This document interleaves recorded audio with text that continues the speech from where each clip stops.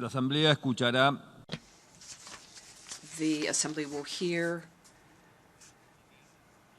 an address by the Prime Minister of the Islamic Republic of Pakistan, His Excellency Imran Khan.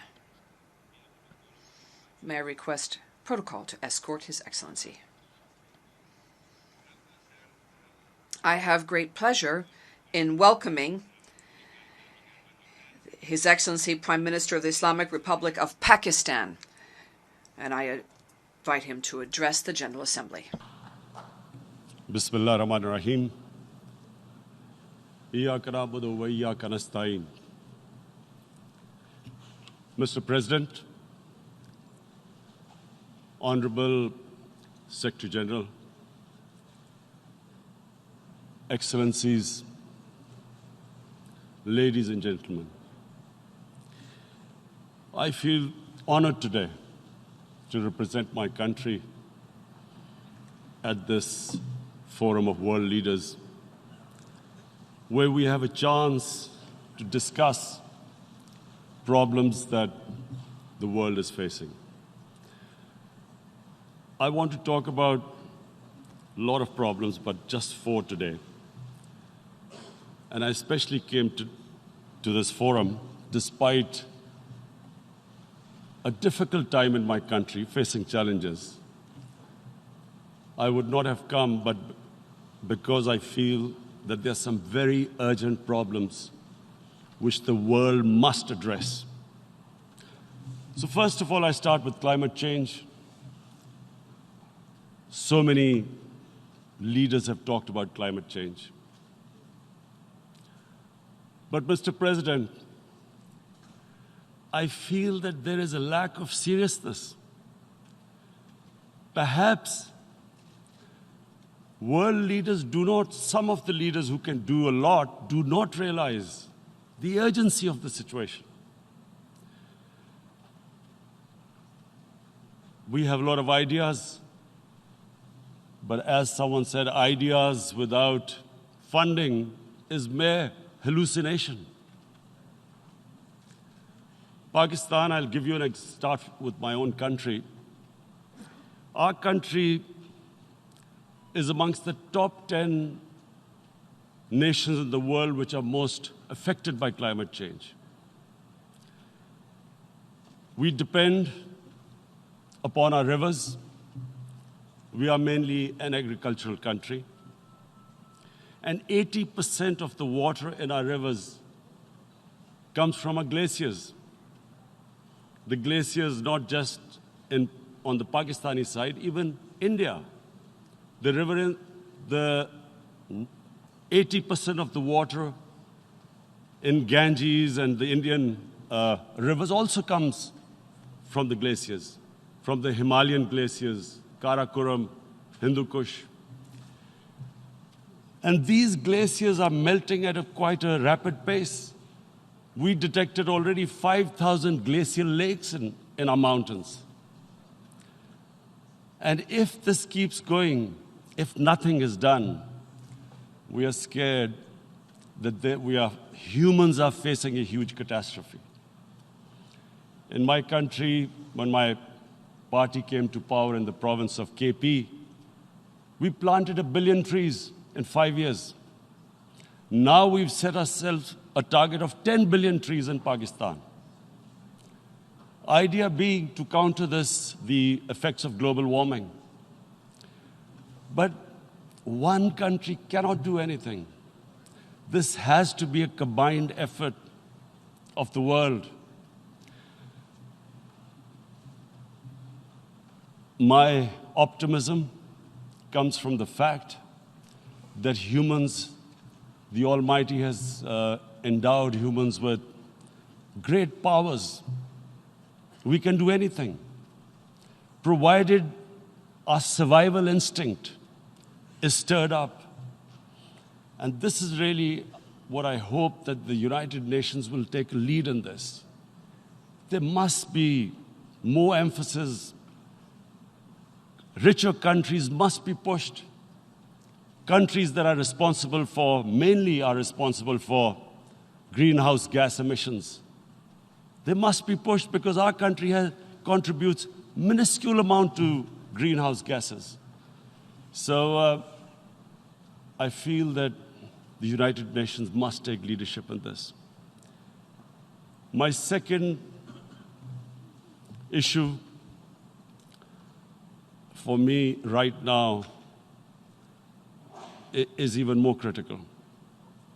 Mr. President, every year, billions of dollars leave the poorer countries and go towards rich countries.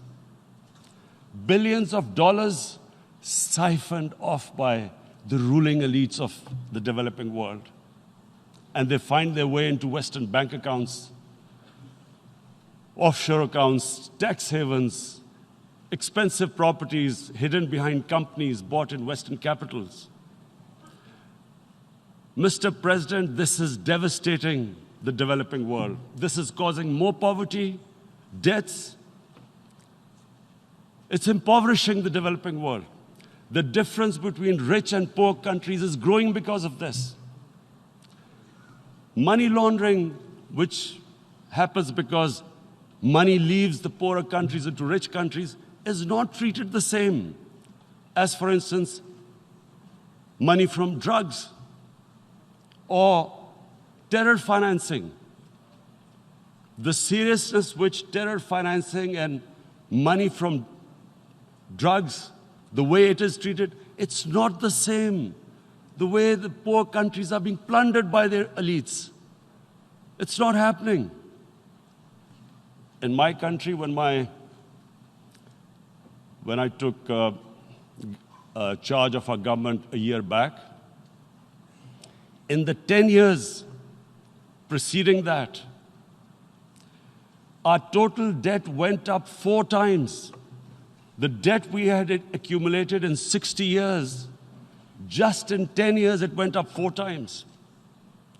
As a result, the total revenue we collected in 1 year, half of it went into debt servicing. How are we going to spend money on our human beings, 220 million people, when half the money is going into debt servicing? Because our country was plundered by the elites, the ruling elite. And easily they could get the money out. And when Mr. President, we located properties in Western capitals bought by this money through corruption and money laundering, located the properties of these corrupt leaders, we find it so difficult to retrieve it. That money, if we retrieved that money, we could spend on our human beings. But it's so difficult. The laws protecting these criminals. We do not have the sort of money to have expensive lawyers and spend millions and millions of dollars. We need help from the rich countries. And Mr. President, it's critical. The rich countries must show political will. They cannot allow this to happen.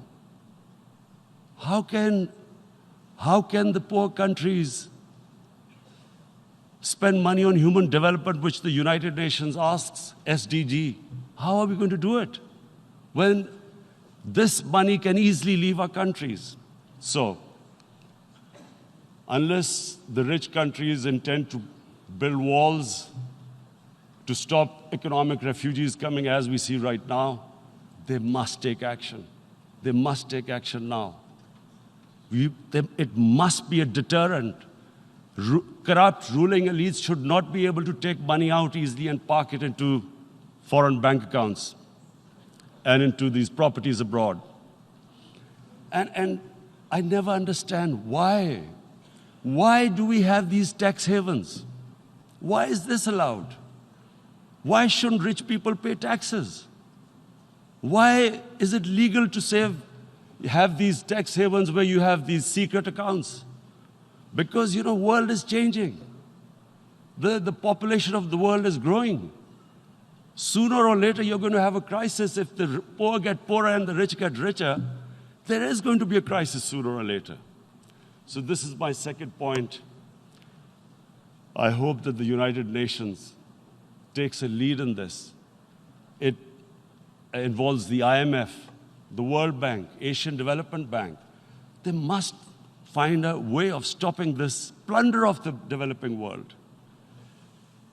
My third point is Islamophobia. There are 1.3 billion Muslims in this world. There are millions of Muslims living in other countries, European countries, in the US, as minorities. Islamophobia, since 9/11, has grown at a pace where it is alarming. Human communities live together. There should be understanding amongst them. But Islamophobia is creating a division. Muslim women wearing hijab, it's become an issue. It's become an issue in some countries. Hijab is some sort of a weapon. A woman can take off her clothes in countries, but she can't put on more clothes. How is this happening? Because of Islamophobia. And how did this Islamophobia start? After 9/11. And why did it start? Because certain Western leaders equated terrorism with Islam. Islamic terrorism. Radical Islam. What is radical Islam?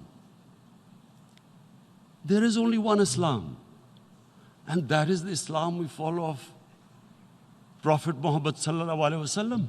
There is no other Islam.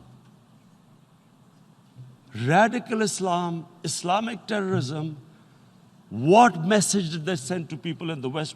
And why is there Islamophobia? How is a person in New York, in the Midwest, in the US, in European capital, how is he going to distinguish between who is a moderate Muslim and who's a radical Muslim? Because terrorism has nothing to do with any religion. This Islamic terrorism, Islamic radicalism, and sadly used by leaders, this has been the main reason for this Islamophobia. And it has caused pain amongst Muslims. We in Muslim countries watch this Islamophobia traveling abroad, and it's getting worse. And may I just say, Mr. President, that in European countries, it is marginalizing Muslim communities. And we all know that marginalization leads to radicalization. Some of the people who ended up as militants in Syria and other places were from marginalized Muslim communities. And my point here is that we must address this issue. I'm sad to say that we Muslim leaders have not addressed this issue either. After 9/11, when this thing came about war against radical Islam, rather than Muslim leaders trying to explain to the West that there is no such thing as radical Islam, in all human communities, they are radicals. They're liberals and rest are moderate. All human communities, Christians, Jews, everyone has it. But Islam is not radical, neither Judaism, neither Christianity, neither Hinduism. No religion preaches radicalism. The basis of all religion is compassion and justice, which differentiates us from the animal kingdom. But unfortunately, the Muslim leadership was so scared of being called radical Islam that all of them became moderates. In Pakistan, we were in the eye of the storm, and our government coined a phrase called enlightened moderation. No one knows what it meant, but everyone started putting on Western suits that they were moderates, started speaking. Even those who didn't know English would speak English because they were moderates. No one had a clue what it was.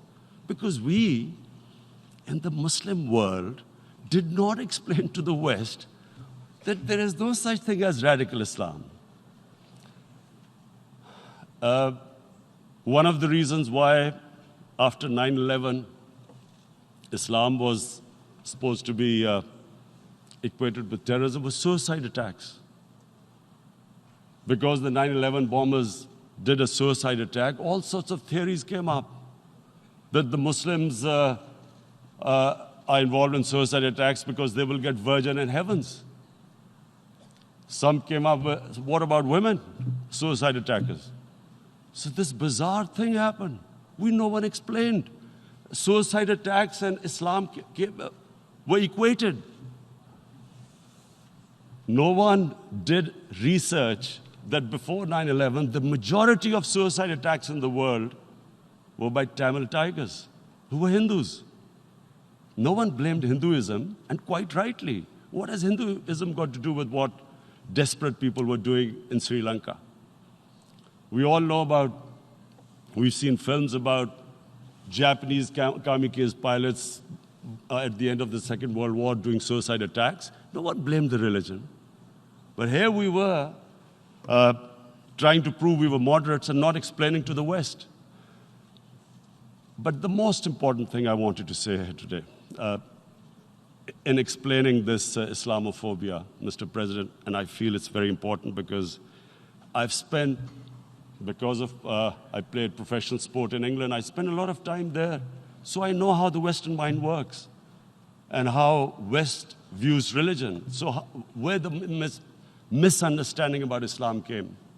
And one of the reasons it caused Islamophobia. That was, in 1989, this book was published, maligning, insulting, ridiculing our Prophet Muhammad sallallahu alaihi wasallam. And there was a reaction in the Muslim world. The West couldn't understand what was the problem. Because in the West, because I have spent so much time in the West, religion is perceived completely differently. They don't look upon religion like we do. And so,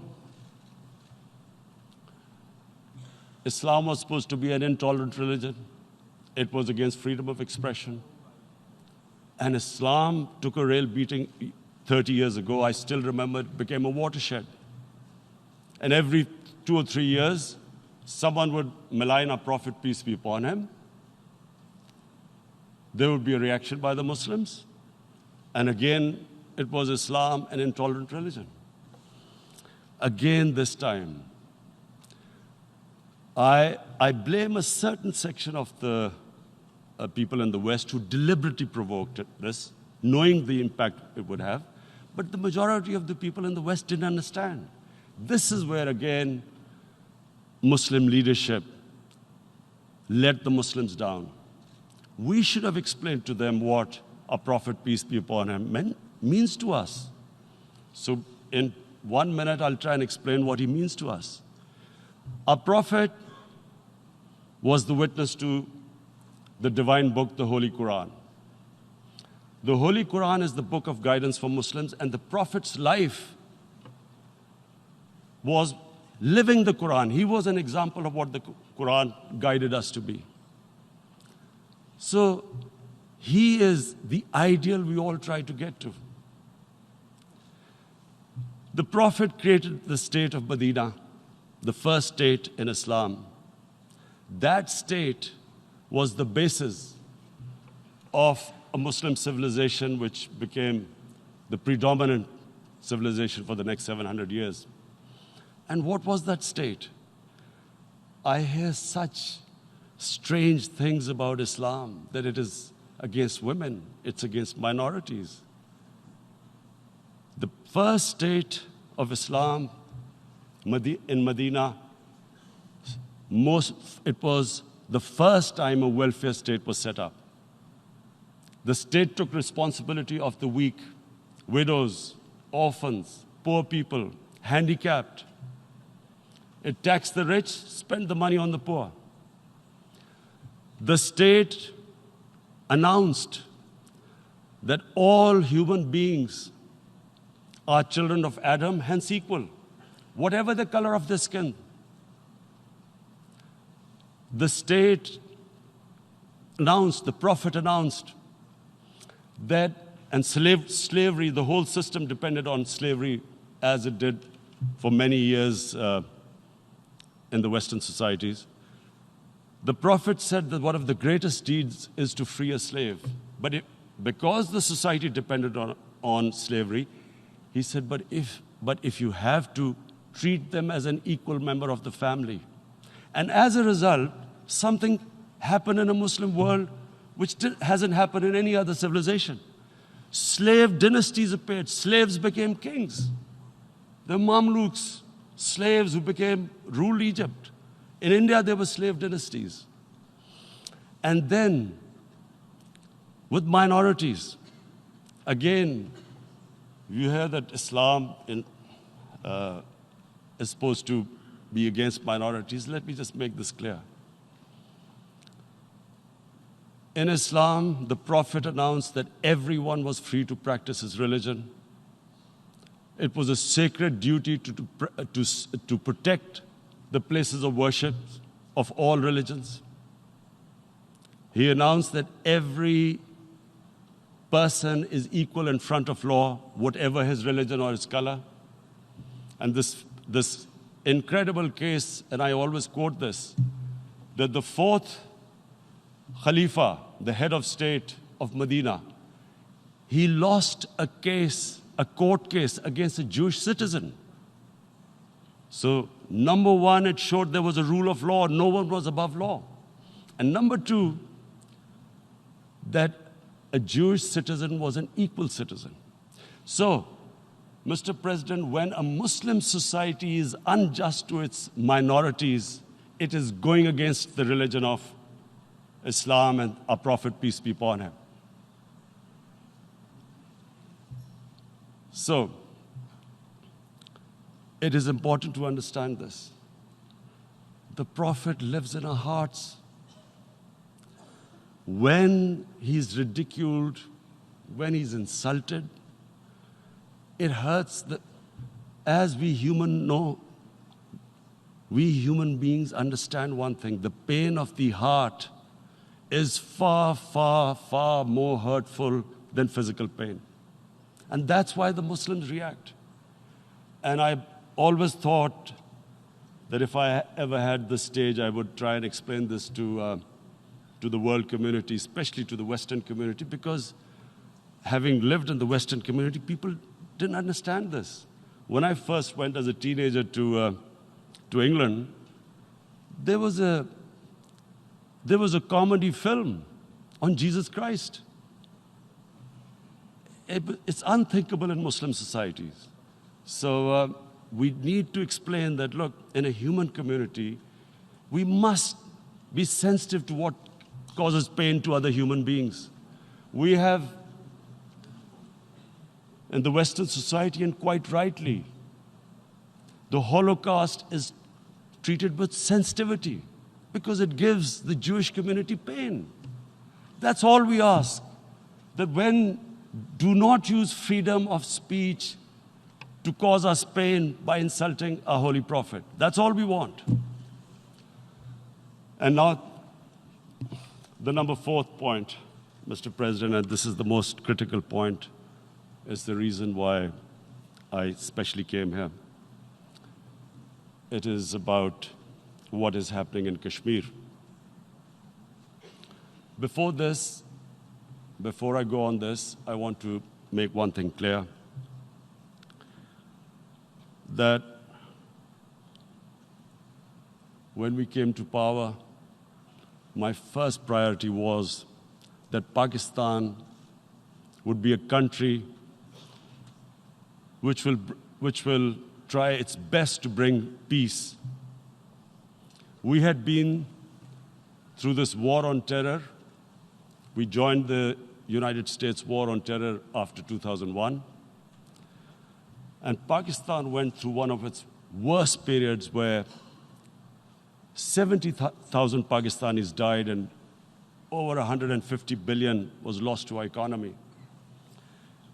And Mr. President, I opposed the war because in the 80s, Pakistan had joined the Western countries in what was the freedom struggle then in Afghanistan against the Soviets. And it was funded by the Western countries. These mujahideen groups, which were treated in guerrilla warfare, were trained by Pakistan Army, funded by the Western countries, and especially US, and they waged what was a freedom struggle in Afghanistan. The Soviets called them terrorists. We called them freedom fighters.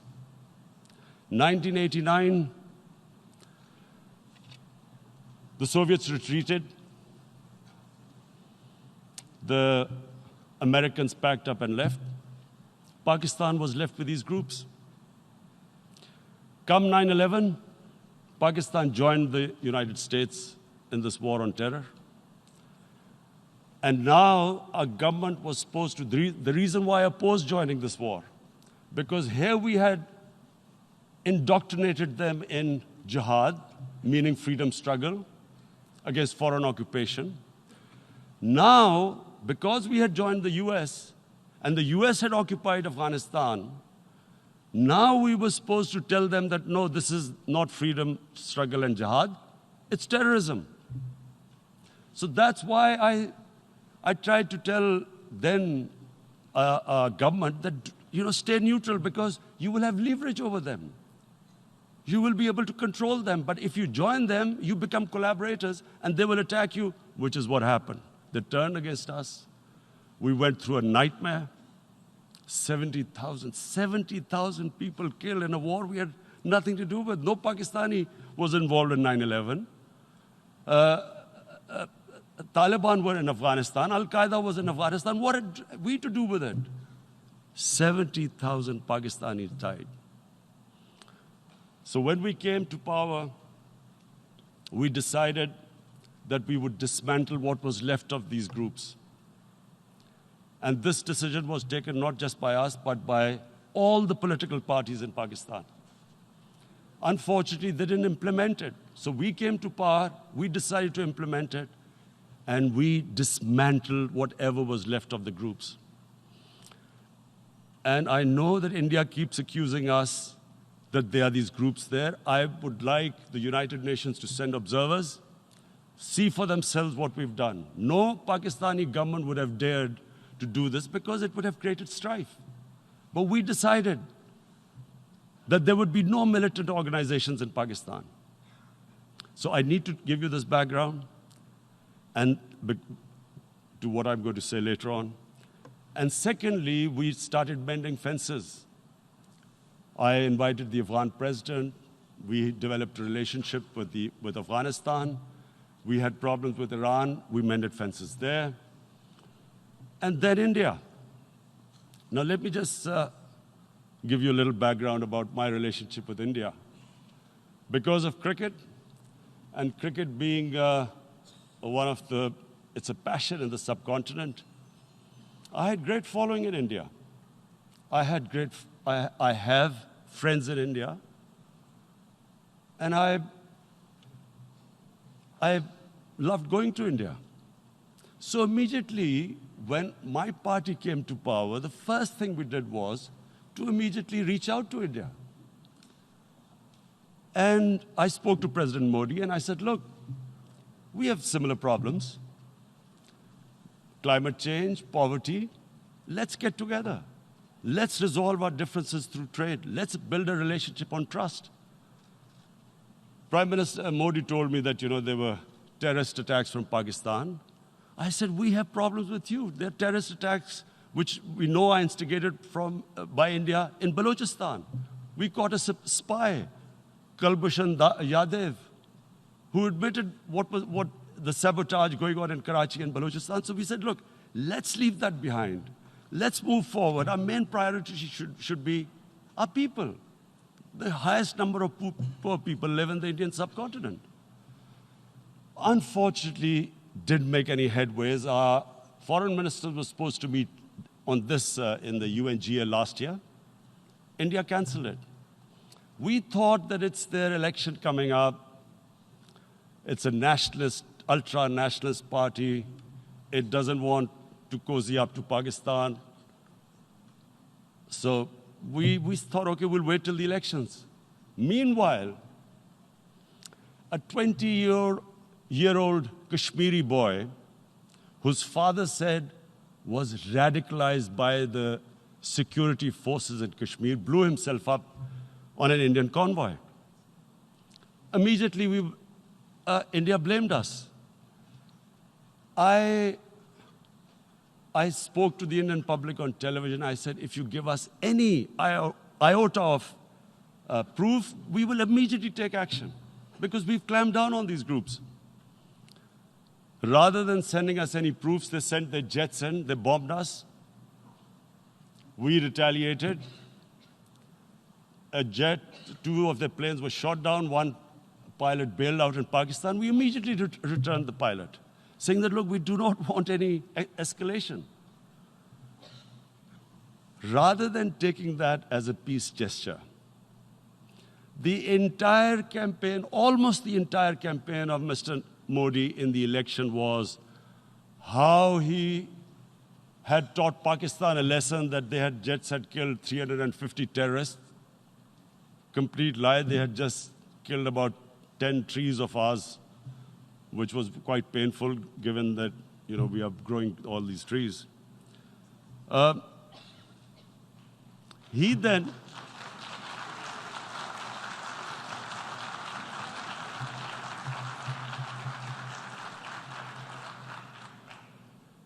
the election campaign, Mr. Modi used words like, this is just a trailer, the movie is about to start. I went into Pakistan and taught them a lesson. This was the election campaign. Okay, so we thought, us politicians make all these statements to win elections. So, okay, after elections, we'll get back to our normal relationship. Well, the moment the elections ended, we approached India. No response, but then we discovered they were trying to push us in the FATF blacklist to bankrupt us. That's when we realized there was an agenda. And that agenda became obvious on the 5th August when India went against 11 United Nations Security Council resolutions, which say that Kashmir is a disputed territory and the people of Kashmir have the right of self-determination. They went against that. They went against Simla Accord, which is about bilateral, sorting out our differences through bilateral means, went against that. They actually went against the Indian Constitution. Illegally, they revoked Article 370, which gave Kashmir the special status. They got an extra 180,000 troops there. Total number of security forces in Kashmir now are 900,000. And they put 8 million people of Kashmir under curfew.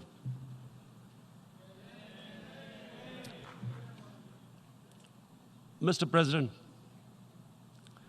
now I just briefly want to make the people understand, how can anyone do something like this? And for that, I have to explain to you what is RSS. RSS, Mr. Narendra Modi is a life member of RSS.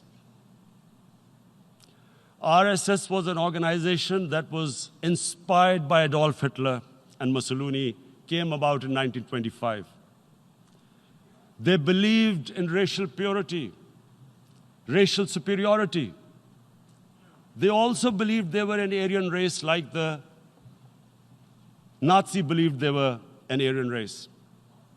All that I'm saying can be verified. This is the time of information revolution. You can Google all this, what I'm saying. But it is very important for me to explain this to you so you know what is happening in India. This RSS believed in the ethnic cleansing of Muslims from India. At one point, there was racial superiority of the Hindu race.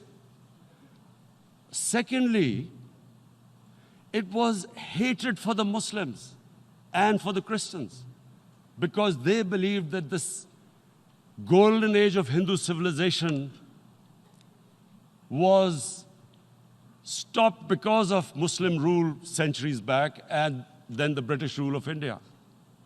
So it was racial superiority and hatred for Muslims and Christians. This is openly stated. You look at the founding fathers of RSS, Golwalkar and Savarkar. Just Google them and you'll find out. And this ideology of hate is what murdered the great Mahatma Gandhi in 1948. It was this ideology of hate that made Narendra Modi in 2002 do a pogrom against Muslims in Gujarat when he was the chief minister. He allowed 3 days for these RSS goons who were inspired by the Hitler brown shirts. They actually wear brown shirts. This RSS, the Congress Home Minister gave a statement that in RSS camps, terrorists are being trained. And these terrorists butchered 2,000 Muslims and 150,000 Muslims were made homeless. Narendra Modi could not travel to the US because of that. And I need to make you understand this background before I explain to you that what sort of a mindset would lay siege to 8 million people with 900,000 troops. Women, children, sick people, locked in as animals. In fact, of what I know of England, if 8 million animals were locked in, the RSPCA would have made a lot of noise about it. These are human beings.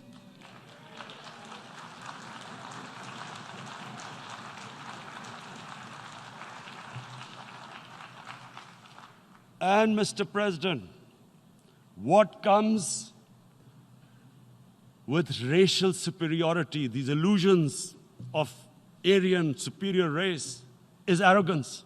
The two go together. And it's arrogance that makes people make mistakes and do stupid things. Cruel things like what Narendra Modi has done. It's sheer arrogance.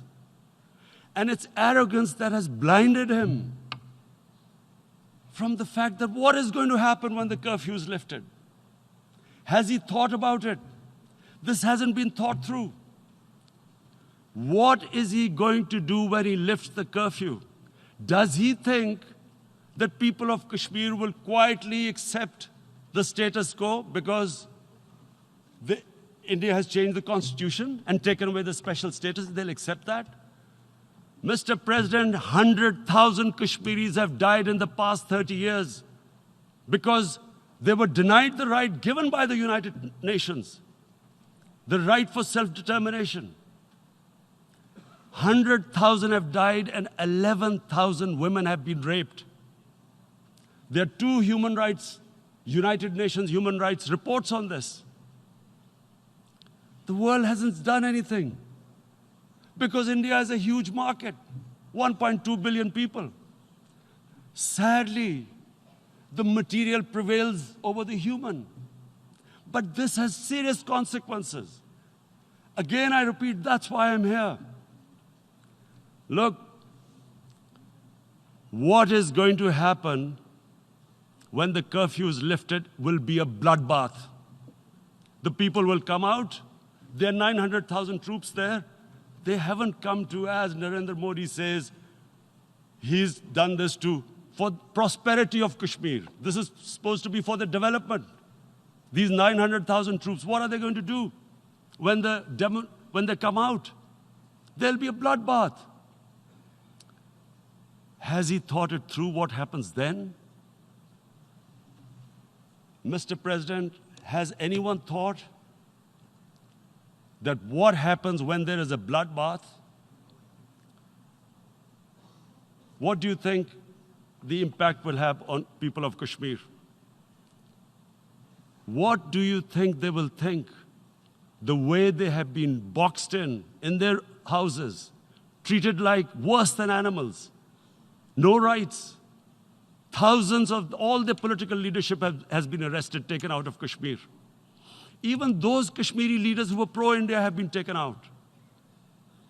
13,000 boys have been picked up and taken to God knows which destinations. So what do they think? What will the people of Kashmir do when they lift the curfew? They will be out in the streets. And what will these soldiers do? They will shoot them. They've already used pellet guns, blinded young boys. In the last 6 years, the 5 years, the oppression that has gone on in Kashmir. And so, Kashmiris will be further radicalized. Mr. President, there will be another Pulwama. And guess what? India will blame us. They're already blaming us. They're saying all this is happening because of Pakistan. One of their defense ministers said, there are 500 terrorists lined up on the border to go in. Why would Pakistan send 500 terrorists when there are 900,000 troops? What impact are they going to make? What will they do? And why would?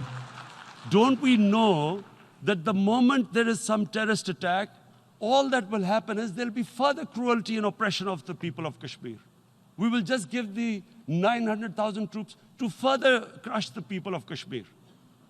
And then we'll give the Indian government an excuse that, look, Pakistan is a terrorist state, and this mantra that has gone on, Islamic terrorism. The moment you use this catchword, Islamic terrorism, the whole world turns away. No one talks about human rights. You can do whatever you want, which is what has happened in Kashmir, because they keep using this word, Islamic terrorism. And this is what they're doing right now. What do we benefit from further increasing the cruelty on the people of Kashmir? And why would we want this? But there is no other narrative left for India. As when they lift the curfew, whatever happens, Pakistan will be blamed, and there is always a danger of another Pulwama. They might come and bomb us again, and then another cycle might start. And what does Narendra Modi think? That 180 million Muslims of India are thinking right now. Aren't they watching these Kashmiris stuck inside for 55 days they've been stuck in? Aren't they watching? What do you think? Don't you think that the Muslims will be radicalized in India? And I'm talking about 180 million people. And when they get radicalized, there will be some incident in India somewhere down the line. Again, we will be blamed. And I'm warning you right now, again, we will be blamed. And, Mr. President, what about 1.3 billion Muslims who are watching this? And they know that it is only happening in Kashmir because they're Kashmiri Muslims. This is not happening to Kashmiri Hindus. They know that this is happening because of their religion. So what do you think they will be thinking? What do you think the Jewish community would think if they were, forget 8,000 Jews stuck like this? What do you think Europeans would think? What do we think? I mean, any human community, if their members are stuck like that, what do you think they will think? Are we a children of a lesser God? Is it not going to cause us pain? And then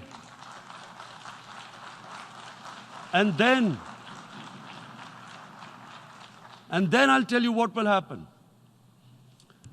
People will, in the 1.3 billion Muslims, someone will pick up arms. I know we've been brought up with films, Western films. This good, decent guy doesn't get justice. he decides to pick up a gun and start seeking justice. There was a film made in New York, famous film called Death Wish. This guy gets mugged by and his family, his wife gets killed or something. He can't get justice. He picks up a gun and he goes around shooting muggers. And the whole cinema cheers him on. So what do you think the Muslims are thinking right now?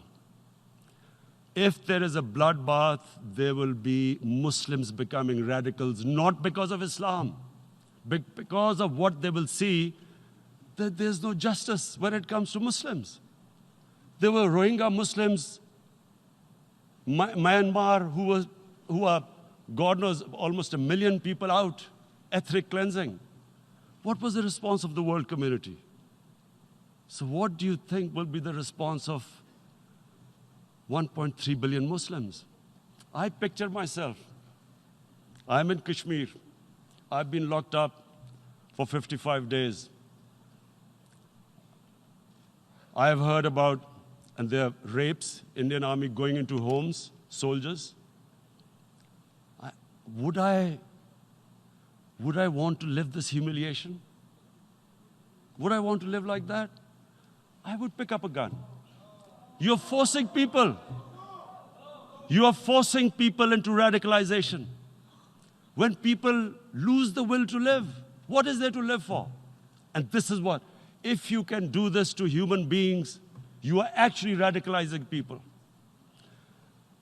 And so, Mr. President, I want to repeat here, this is one of the most critical times. There will be a reaction to this. Pakistan will be blamed. 2 nuclear-armed countries will come face to face like we came in February. And before we head in that direction, the United Nations has a responsibility. This is why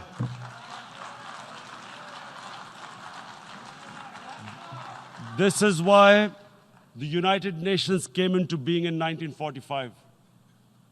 You were supposed to stop this happening. I feel we are back to 1939, Munich. Czechoslovakia has been taken, annexed. What is the world community going to do? Is it going to appease a market of 1.2 billion, or is it going to stand up for justice and humanity?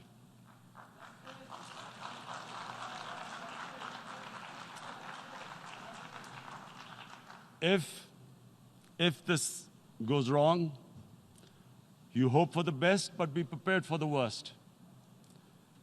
If a conventional war starts between the 2 countries, Mr. President, if a conventional war starts, and anything could happen, but supposing a country 7 times smaller than its neighbor is faced with the choice, either you surrender or you fight for your freedom till death, what will we do? I ask myself this question. And my belief is, La ilaha illallah, there is no God but one. And we will fight. And when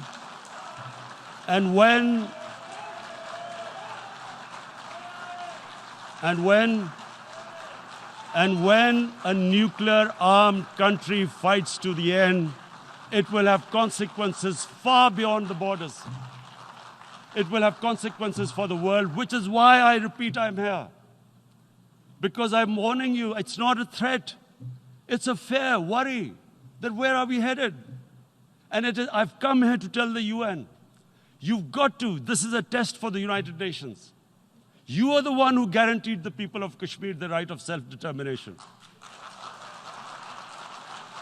They are suffering because of that. And this is the time. This is the time not to appease like in 1939 appeasement took place. This is the time to take action. And number 1 action must be that India must lift this inhuman curfew, which has lasted for 55 days. It must free all political prisoners, and especially those 13,000 boys that have been picked up. Parents don't know where they've disappeared. And then the world community must give the people of Kashmir the right of self-determination. Thank you. En nombre de la Asamblea General agradezco. On behalf